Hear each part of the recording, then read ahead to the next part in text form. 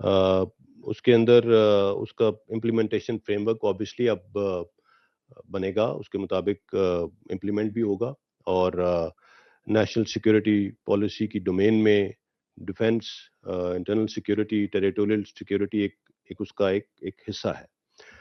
اس مد میں پالیسی بنانے کے دوران بھی انسٹیٹیوشنل انپٹ دی گئی، اس کو اس میں شامل کیا گیا ہے، اور اب جب کہ وہ پالیسی بن چکی ہے تو آبویسلی اس کا نیکسٹ اسٹیپ اب یہی ہے کہ اس کا میکنزم بنے گا، اس کا امپلیمنٹیشن فریم ورک بنے گا، اور اس کے مطابق اس کو آگے امپلیمنٹ کیا جائے گا. And obviously it's not going to happen in one day, it will take time, but the good thing is that national security policy بن گئی ہے، اور اس کے اندر پرائرٹیز، نیشنل پرائرٹیز جو ہیں ان کو بھی واضح کر دیا گیا. Thank you. جناب صاحب، احمد منصور بول نیوز سے. اسلام آباد کا شہر اقتدار کا موسم بڑا آج کل سہانا ہے، اور جب موسم خوشگوار ہو تو میل ملاقاتیں اور جو ڈیل کی خبریں ہیں وہ بھی سامنے آتی ہیں. یہ تو سر لائٹر نوٹ ہے، سیریس نوٹ یہ کویسچن ہے کہ جو نواز شریف صاحب اور ان کی نہ صرف پاکستان واپسی بلکہ حکومت میں جو واپسی ہے وہ بھی ایک ڈیل کی صورت میں، اس کی باتیں زیر گردش ہیں اس وقت بہت زیادہ، اور نہ صرف اپوزیشن کے جو حلقے ہیں بلکہ حکومتی حلقے ہیں وہاں سے بھی یہ چیزیں آ رہی ہیں، اس کی وجہ سے تقویت زیادہ ان کو مل رہی ہے. تو اس حوالے سے آپ حقیقت بیان کرنا پسند کریں گے، اور کیا پاکستان میں پھر وہی کچھ ہونے جا رہا ہے جو ماضی میں بھی ہوتا آیا ہے؟ دیکھیے احمد منصور صاحب، میں اس معاملے میں صرف اتنا کہوں گا کہ یہ سب اسپیکولیشنز ہیں، قیاس آرائیاں ہیں، جن میں سے جس کو میں بیس لیس اسپیکولیشن کہوں گا.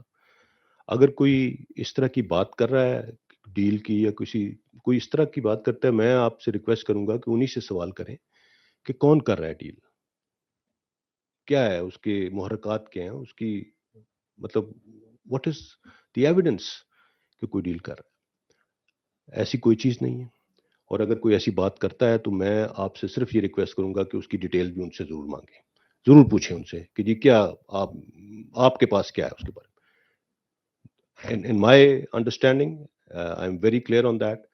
This is all absolutely baseless speculation. And اس کو جتنا کم اس پہ بحث کی جائے، جتنا کم ڈسکس کیا جائے، اتنا ہمارے ملک میں فاد میں بہتر ہے. جنرل صاحب، ایک تو یہ بتا دیں کہ 2021 میں سول ملٹری ریلیشن کیسے رہے اور آپ 2022 میں ان کو کیسے دیکھ رہے ہیں. دوسرا، افغانستان میں وہی صورتحال سامنے آ رہی ہے جو اس سے ماضی میں تھی کہ سپر پاورز اس کو چھوڑ کر چلی گئیں. اب وہی صورتحال وہاں پہ دیکھنے میں آ رہی ہے کہ ابھی تک کسی ملک نے بھی ان کی مدد کے لیے کوئی اقدامات نہیں اٹھائے. کیا آپ سمجھتے ہیں کہ اس حوالے سے عالمی دنیا کو وہاں پہ کچھ اقدامات کرنے کی ضرورت ہے؟ دوسرا، جو افغانستان کی جو ملٹری تھی اس کے لیے ان کی جانب سے کوئی ریکویسٹ آئی ہے کہ افغانستان کی ملٹری کو دوبارہ اسٹیبلش کیا جا سکے؟ دیکھیے، پہلے تو آپ نے وہ سول ملٹری ریلیشن کی بات کی، الحمدللہ کوئی اس میں مسئلہ نہیں ہے. اور میں بار بار یہ کہتا ہوں کہ پاکستان کی مسلح افواج گورنمنٹ آف پاکستان کا ایک سبسروینٹ ادارہ ہے، اور ان کے احکامات کے مطابق کام کرتے ہیں. And that is it, there is nothing more to it. And اس میں اس سے زیادہ مزید کسی قسم کی اسپیکولیشن کرنی بھی نہیں چاہیے. میں نے ابھی تھوڑی دیر پہلے یہ بات کی کہ شام کو ٹی وی پروگرام میں ہر جگہ پہ اسٹیبلشمنٹ نے یہ کر دیا، اس نے وہ کر دیا. میری آپ سے یہ ریکویسٹ ہے کہ اسٹیبلشمنٹ کو اس بحث سے باہر رکھیں. پاکستان کے اندر بہت زیادہ امپورٹنٹ ایشوز ہیں، ایجوکیشن ہے، ہیلتھ ہے، انفراسٹرکچر ڈیولپمنٹ ہے، پاپولیشن گروتھ ہے، ایگریکلچر ہے. ان چیزوں کے اوپر بات کرنے کی ضرورت ہے. جتنا آپ اس چیز کو بحث میں لے کے آئیں گے اتنا آپ اس کو اندر کھینچ رہے ہیں. تو ہم آپ کو بار بار یہ کہہ چکے ہیں کہ ہمیں اس چیز سے باہر رکھیں، ادارے کو اس چیز سے باہر رکھیں، اور اس کے اوپر بحث مت کریں.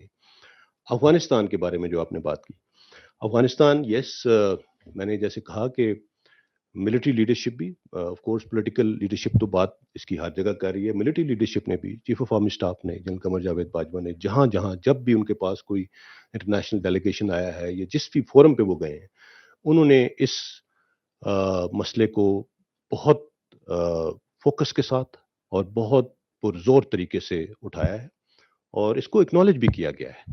ابھی آپ نے دیکھا جو latest OIC foreign ministers conference ہوئی، اس کا بھی ایک امپیکٹ آیا ہے، دنیا نے اس طرف دیکھنا شروع کیا ہے. تو yes, it is a problem, but international community has to come together on this and find a solution for this, because as I said already, it is unfolding into a calamity, into a humanitarian crisis,